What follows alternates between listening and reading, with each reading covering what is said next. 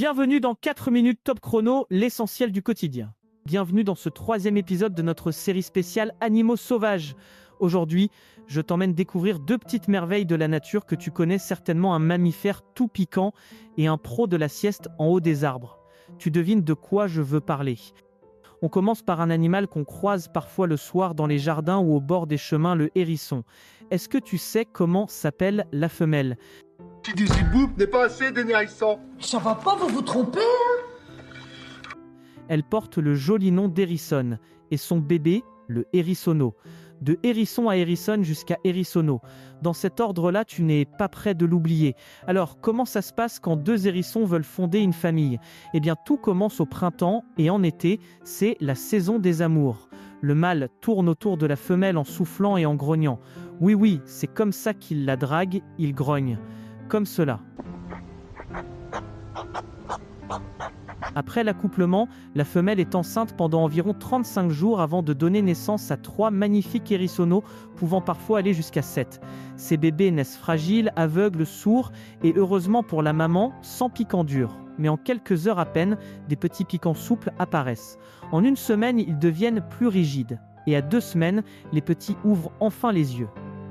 La hérissonne. C'est une maman en or, elle nourrit ses petits pendant 1 mois et demi et leur apprend à chasser insectes, vers et même des fruits tombés.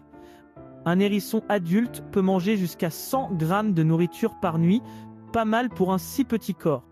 Au sortir de l'hibernation au printemps, il peut parfois descendre autour de 450-500 grammes, puis reprendre du poids pendant l'été et l'automne pour atteindre 1 kg ou plus. Alors là, je méfie, parce qu'il n'y a pas assez de place pour les hérissons là. Quand le froid arrive, il se construit un nid de feuilles, se roule en boule et entre en hibernation. Son cœur ralentit, sa température baisse et il vit sur ses réserves jusqu'au retour du printemps. Petit chasseur discret de nos campagnes, le hérisson laisse maintenant la place à une autre star de la nature.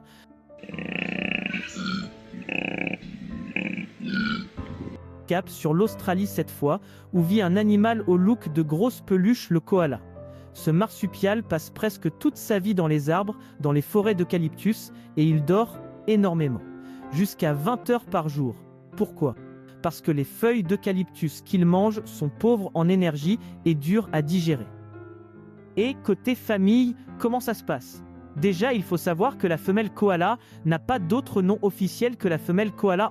En revanche, ce qui est mignon à savoir, c'est que son petit s'appelle un joey. La femelle koala met bas 1 fois par an et en général a un seul bébé. Après 35 jours de gestation, le petit naît minuscule, sans poils et complètement dépendant.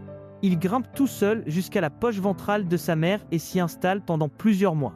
Vers 6 mois, il commence à sortir la tête pour voir le monde et découvre un truc assez spécial, le pape. C'est une sorte de bouillie prédigérée que sa mère fabrique pour lui transmettre les bactéries nécessaires à la digestion des feuilles d'eucalyptus.